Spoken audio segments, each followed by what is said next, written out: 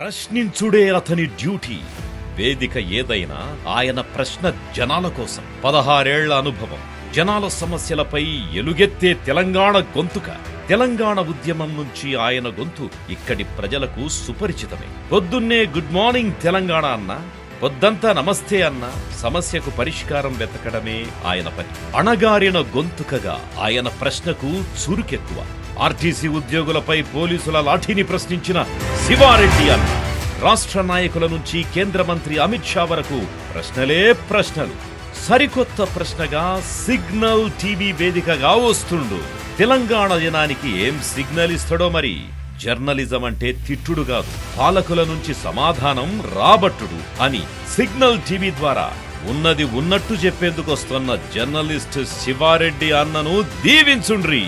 Please subscribe Signal TV Telugu in YouTube, Facebook, Instagram and X.